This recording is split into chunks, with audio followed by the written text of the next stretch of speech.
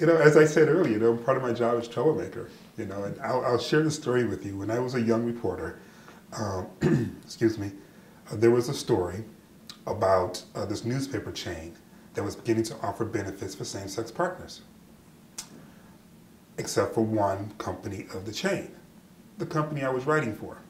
We weren't doing it.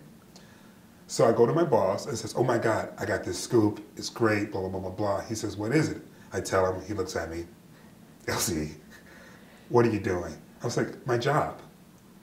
Because I just wrote a piece last month, which I did, about schools offering benefits for same-sex partners and which ones did and which ones didn't, and we explored why. So it seems that one of the largest employers of this town would want to do the same and not seem as if we're being hypocritical. A lot of push and shove and back and forth. I was never worried about my job per se, maybe necessarily how I'll be treated in the newsroom from that point forward, but never was worried that I'll be fired. But they did eventually run a condensed version of my story, buried it deep, but it ran. So I'm not one to shy away from a battle, and I don't think you'll find an editor that will say that LZ will shy away from a battle.